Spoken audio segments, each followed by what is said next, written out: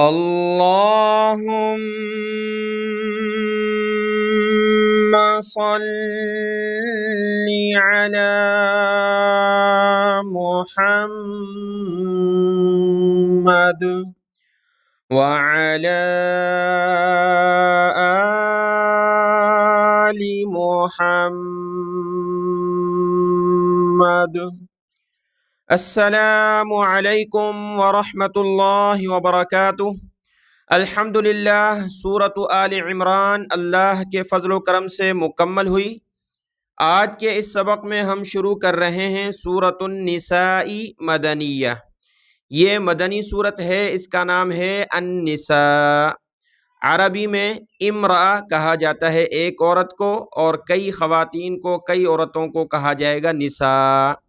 تو اس صورت کا نام ہے نساء، یعنی عورتیں، یعنی اس میں خواتین کے، عورتوں کے اکثر و بیشتر احکامات بیان ہوئے ہیں،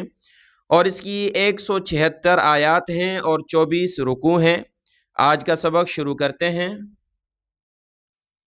اعوذ باللہ من الشیطان الرجیم، بسم اللہ الرحمن الرحیم۔ یا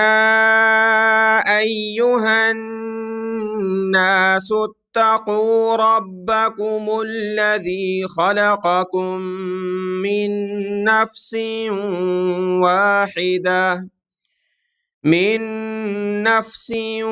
واحدۃ وخلق منها زوجہا۔ دیکھیں، اس سورت کے شروع کے احکامات میں اللہ نے تقوی اختیار کرنے کا حکم دیا ہے کہ تمام معاملات میں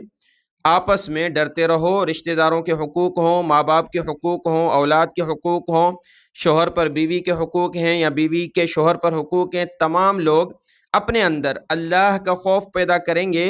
تو سب اپنے ان تمام لوگوں کے حقوق ادا کرنے لگ جائیں گے۔ ایک تو حقوق جو حکومت قائم کروائے، کوئی ادارہ پولیس قائم کروائے، ایک تمہارے اندر خوف خدا ہے تو خود ہی تم اس کو ادا کرو گے۔ اس وجہ سے شروع میں اللہ نے تقوی اختیار کرنے کا، اپنے رب سے ڈرنے کا حکم دیا ہے، اور اس کے بعد اللہ نے فرمایا کہ تمام انسانوں کو ایک جان یعنی حضرت آدم علیہ السلام سے اور اماں حوا سے پیدا فرمایا۔ لفظی ترجمہ دیکھیں، یا ایہا الناس، اے لوگو، ناس تمام، مرد عورتیں جتنے گزر چکے، موجودہ ہیں، آگے آئیں گے، تمام لوگوں کو خطاب ہے۔ یا ایہا الناس، اے لوگو، اتقو، ڈرتے رہو، ربکم، اپنے اس رب سے، الذی، جس نے، خلقکم، تم کو پیدا کیا ہے، من نفس واحدہ، ایک جان سے، ایک جان آدم، حضرت آدم علیہ السلام پہلے انسان ہیں، اس پہلے انسان سے ایک جان سے اللہ نے تمہیں پیدا فرمایا۔ وخلق، اور پیدا کیا، منہا، اسی سے، کس سے؟ آدم سے، زوجہا، اس کا جوڑا۔ حضرت آدم علیہ السلام اکیلے تھے تو اللہ نے اسی کی پسلی سے، اسی سے حضرت اماں حوا کو پیدا فرمایا، تخلیق فرمایا۔ تو اللہ نے فرمایا کہ پیدا کیا اسی سے اس کا جوڑا۔ وَبَثَّ مِنْهُمَا رِجَالًا كَثِيرًا وَنِسَاءً، وَبَثَّ، اور اللہ نے پھیلا دیے، منہما، ان دونوں کے ذریعے، حضرت آدم علیہ السلام اور حضرت اماں حوا، ان دونوں کے ذریعے، رجالاً، مرد، کثیرہ، بہت سارے، ونساء، اور عورتیں بہت ساری۔ کثیرہ کا تعلق دونوں سے ہے کہ بہت سارے مرد اور بہت ساری عورتیں اللہ نے اس زمین میں پھیلا دی ان دونوں کے ذریعے۔ وَاتَّقُوا اللَّهَ الَّذِي تَسَاءَلُونَ بِهِ وَالْأَرْحَامَ إِنَّ اللَّهَ كَانَ عَلَيْكُمْ رَقِيبًا۔ وَاتَّقُوا، اور ڈرتے رہو، اللہ سے، الذی، کہ جس کا، تساءلون، تم آپس میں سوال کرتے ہو، بھی، اس کے ذریعے، کہ جس اللہ کے نام کے ذریعے تم آپس میں ایک دوسرے سے سوال کرتے ہو، قسمیں دیتے ہو، یعنی دنیا میں کسی کو کہا جائے تو کہا جاتا ہے بھائی تجھے اللہ کا واسطہ ہے یہ کام کر لے، یا جو مانگنے والا ہے وہ کہتا ہے کہ اللہ کے نام سے مانگتا ہوں، اللہ کے نام سے سوال کرتا ہوں، یا کسی کو اللہ کے نام کا واسطہ دیا جاتا ہے، قسمیں اللہ کے نام کی اٹھائی جاتی ہیں معاملات میں۔ تو اللہ نے فرمایا اس اللہ سے ڈرو کہ جس کا نام تم آپس میں ایک دوسرے کے سوال میں استعمال سوال کرتے ہو جس کے نام کے ساتھ، والارحام، اور خبردار رہو رشتے داروں کے بارے میں۔ دیکھیں یہاں اللہ نے فرمایا اللہ سے ڈرو، اللہ کا نام لیتے ہو، اور دوسرا رشتے دار جو تمہارے ہیں جن سے تمہارا رحم کا تعلق ہے ان سے ان کے حقوق کے بارے میں ڈرتے رہو۔ ارحام رحم کی جمع ہے، رحم یعنی ایک رحم اور ارحام بہت سارے۔ رحم وہ جو ماں یعنی مادہ عورت کے پیٹ کے اندر ہوتا ہے، جس کے اندر بچہ ہوتا ہے، وہ رحم ہے۔ اسی رحم سے ہی رشتہ داریاں جڑتی ہیں۔ اسی رحم میں ایک بچہ تھا، پھر دوسرا ہوا تو آپس میں بھائی ہوئے، ایک بیٹی تھی دوسرا بیٹا تو دونوں بہن بھائی ہوئے، تو اسی رحم سے رشتہ داریاں جڑتی ہیں۔ تو اللہ نے فرمایا ارحام، رشتہ داری جوڑنے توڑنے ان تمام حقوق سے وابستہ رہو اور ان میں کمی کوتاہی نہ کرو،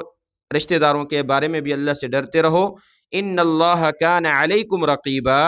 ان اللہ بے شک اللہ کان ہے، علیکم تم پر، رقیبا نگران نگہبان دیکھنے والا، سب کچھ سننے والا، تمہارے اوپر اللہ موجود ہے، دیکھ رہا ہے۔ تو یہاں ارحام رشتہ داروں کے بارے میں صلہ رحمی کرنا، رشتہ جوڑنا، اس کی ایک دو فضیلت ہے۔ جیسا کہ حدیث کی کتاب مشکات شریف میں یہ حدیث مبارکہ ہے کہ جس کو یہ بات پسند ہو کہ اس کے رزق میں کشادگی پیدا ہو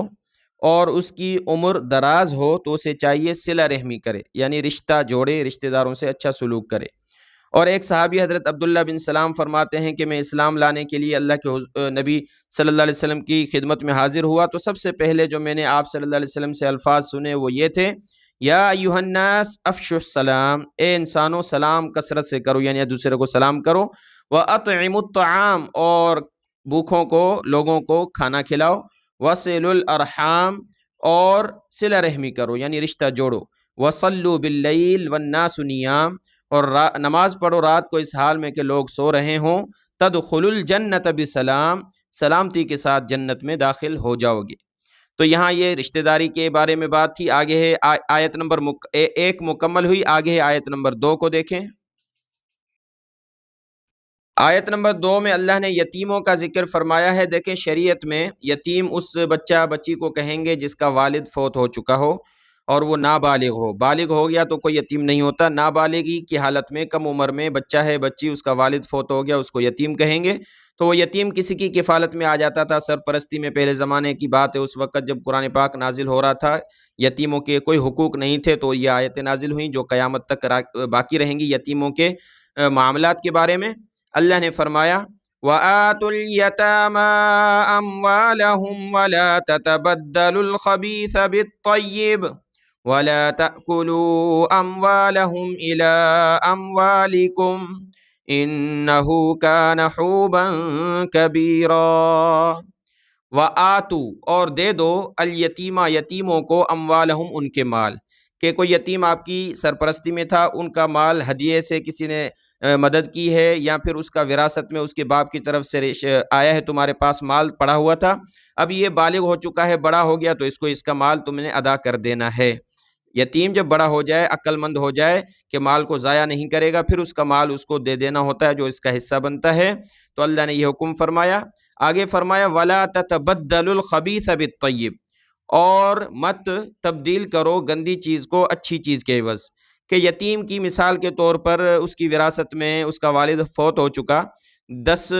جانور تھے، بکریاں تمہارے پاس آ گئی، اب تم نے استعمال کر لی، بھائی یتیم کی جو تھی 10 بکریاں یہ تو میں استعمال کر لیتا ہوں، بیچ لیتا ہوں، کھا لیتا ہوں، یہ جب بڑا ہو جائے گا تو اس کو 10 بکریاں میں دے دوں گا۔ تو وہ اچھی والی تھی جو یتیم کی آپ نے لی، لیکن اس کے بدلے میں آپ نے اس کو کھری کھوٹی مکس میں دے دی، تو آپ نے ایک گندی چیز اچھی چیز آپس میں ملا دی۔ اس طرح نہ کرو، یتیم کے مال کے بارے میں تم نے چوکنا رہنا ہے، خبردار رہنا ہے۔ وَلَا تَأْكُلُوا أَمْوَالَهُمْ إِلَىٰ أَمْوَالِكُمْ،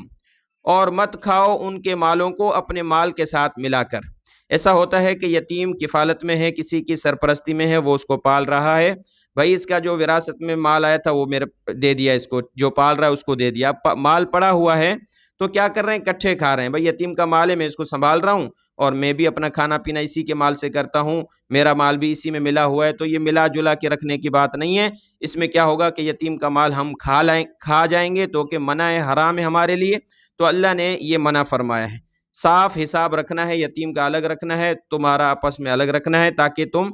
ملا کر کے یتیم کا مال کھا نہ جاؤ۔ انہو کان حوبا کبیرا، بے شک یہ گناہ ہے بڑا گناہ ہے کہ یتیم کے جس کا جو والد تھا فوت ہو چکا، اب وہ یتیم ہے، مظلوم ہے، تو تم اس کا مال کھا جاؤ، یہ بہت بڑا گناہ ہے۔ آیت نمبر 2 مکمل ہوئی، اس کے بعد ہے آیت نمبر 3۔ آیت نمبر 3 میں یتیم بچی کا ذکر ہے کہ زمانہ جاہلیت میں کیا ہوتا تھا کہ کسی کی سرپرستی میں کوئی یتیم بچی ہوتی تھی کہ وہ اس کو پال رہا ہوتا تھا، اور اس یتیم بچی کے پاس کوئی جائیداد ہوتی تھی جو اس کو وراثت میں ملی، تو وہ بندہ جو خود اس سے نکاح کر لیتا تھا یا پھر اپنے بیٹوں کا نکاح کروا دیتا تھا تاکہ یتیم کا مال وغیرہ بھی ہمارے پاس آ جائے۔ ایک ایسا ہی قصہ ہوا آپ صلی اللہ علیہ وسلم کے زمانے میں کہ ایک بندے کے پاس یتیم بچی تھی اور اس بچی کا باغ تھا، یعنی آدھا اس یتیم بچی کا تھا، آدھا اس پالنے سرپرست کا تھا جو اس کو سنبھال رہا تھا۔ تو اس نے سوچا کہ اس کا جو مال ہے باغ، یہ آدھا اس کا آدھا میرا، تو میں نکاح کر لیتا ہوں اس سے، وہ پھر میرا ہو جائے گا سارا۔ تو اس نے نکاح کر لیا اور سارا اس پہ قبضہ کر لیا پورے باغ پہ، اور اس کو تو کوئی مہر وغیرہ نہیں دیا۔ تو اس کی بارے میں یہ آیتیں نازل ہوئی ہیں کہ اگر تمہیں خوف ہو کہ تم انصاف نہ کر سکو گے یتیموں کے بارے میں تو ان سے پھر نکاح نہیں کرنا ہے۔ اگر انصاف کرو گے، ان کو پورا مہر دو گے، رعایت کرو گے، جس طرح ایک آزاد عورت ہوتی ہے اور جو آزادانہ طور اپنا حق مانگ سکتی ہے، اس طرح اس کو رکھو گے تو بہتر ہے۔ نہیں تو پھر اس یتیم بچی کو چھوڑ کر کے دوسری جو عورتیں ہیں جو تمہارے لیے حلال ہیں ان سے نکاح کریں۔ تو اس کا ذکر ہے، دیکھیں وَإِنْ خِفْتُمْ أَلَّا تُقْسِطُوا فِي الْيَتَامَى فَانكِحُوا مَا طَابَ لَكُم مِّنَ النِّسَاءِ وَإِنْ خِفْتُمْ، اور اگر تم ڈرو یعنی تمہیں خوف ہو، اللہ تقسطوا کہ نہ انصاف کر سکو گے، فی الیتامى یتیموں کے بارے میں، یہاں یتیموں سے مراد یتیم بچیاں ہیں، تو ان سے نکاح پھر نہیں کرنا، پھر کیا کرو، فانکحوا نکاح کرو، ما طاب جو تمہیں پسند ہو، جو تمہیں اچھی لگیں، لکم تمہیں اچھی لگیں، من النساء عورتوں میں سے، یعنی عورتوں میں سے جس سے نکاح کرنا چاہو، تمہارے دل کو بھاتی ہیں، اچھی لگتی ہیں اور تمہارے لیے وہ رشتہ حلال بھی ہو رہا ہے، تو تم ان سے نکاح کرو۔ تو آگے اللہ نے ان کی تعداد بھی بیان کر دی ہے کہ تم کتنے نکاح کر سکتے ہو، جو عورتیں تمہیں بھلی لگیں تم ان سے نکاح کر لو، مثنا دو دو، و ثلاث اور تین تین، و رباع اور چار چار، یعنی دو نکاح کر سکتے ہو، نہیں تو پھر تین، نہیں تو پھر چار، یہ چار کی گنتی ہے، چار ایک وقت میں تمہارے نکاح میں عورتیں رہ سکتی ہیں۔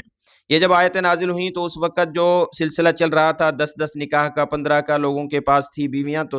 جو مسلمان تھے انہوں نے 4 رکھی، باقی کو طلاق دے دی کیونکہ یہ حکم نازل ہوا، اور ایک وقت میں 4 بیویاں یعنی ان سے نکاح کیا جا سکتا ہے۔ تو اللہ نے فرمایا کہ یتیموں پر ظلم نہیں کرنا ہے، انصاف نہیں کر سکو گے تو دوسری عورتوں سے شادی کر لو، 2 کرنا چاہو، اگر اس کے علاوہ تمہاری فطرت پوری نہیں ہو رہی تو تم 3 سے کر سکتے ہو، 4 سے، تاکہ تم گناہوں سے بچ سکو۔ لیکن آگے اللہ نے اس کے بارے میں فرمایا کہ یہ اس وقت ہے جب تم ان کے درمیان برابری کر سکو، انصاف کر سکو۔